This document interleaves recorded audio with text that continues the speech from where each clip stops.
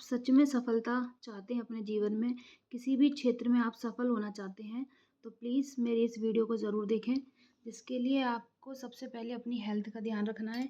Health सबसे पहले हमारी सीढ़ी होती है सफलता पाने के लिए किसी भी क्षेत्र में। अगर हम अपनी हेल्थ का ध्यान नहीं रखेंगे, तो हम कभी भी उस क्षेत्र में आगे नहीं बढ़ सकते। दूसरी हमारा स्टेप होता है, दूसरी हमारी सीढ़ी होती है स्पष्ट लक्ष्य। आपके सामने लक्ष्य स्पष्ट होना चाहिए कि आपको यूट्यूबर बनना है या कुछ भी बनना है, या फिर आपको एग्ज़ाम क्रैक करना है, तो वो आपके लिए स्पष्ट लक्ष्य होना चाहिए कि आपको करना क्या है। तीसरी सीढ़ी होती है समय का सही प्रबंध।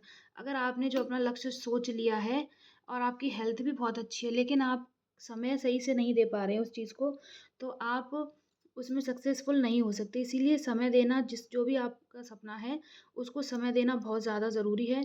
तीसरी बात जो है वो है हार्ड वर्क और स्मार्ट वर्क।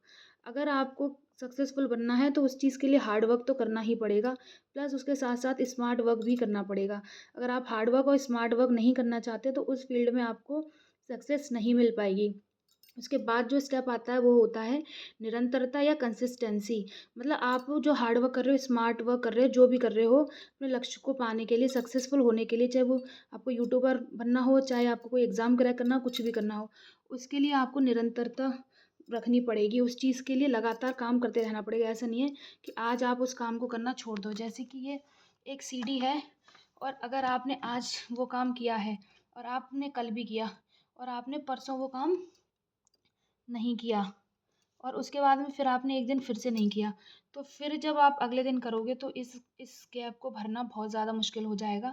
इसीलिए रोज़ाना उसी काम को करते रहना, कंसिस्टेंसी बनाए रखना बहुत ज़्यादा ज़रूरी होता है। और प्लस सेल्फ डिसिप्लिन और फोकस होना चाहिए। आप जो कर रहे हो अपने काम पे फोकस रखिए उसी एक चीज़ पे, और अपने आप को डिसिप्लिन में रखिए, तभी आप सक्सेसफुल हो सकते हैं। और मेन चीज़ ये है कि उसके प्रति सकारात्मक दृष्टिकोण रखिए। अगर आप तो सकारात्मक नहीं सोचेंगे, आपके मन में नेगेटिव विचार आते रहेंगे, तो आप उस काम को छोड़ने की तरफ जा सकते हैं। इसीलिए उस चीज़ के प्रति नकारात्मकता ना आने दें, सकारात्मक दृष्टिकोण रखें और अपने आप को अंदर से मोटिवेट रखें उस काम को करने के लिए।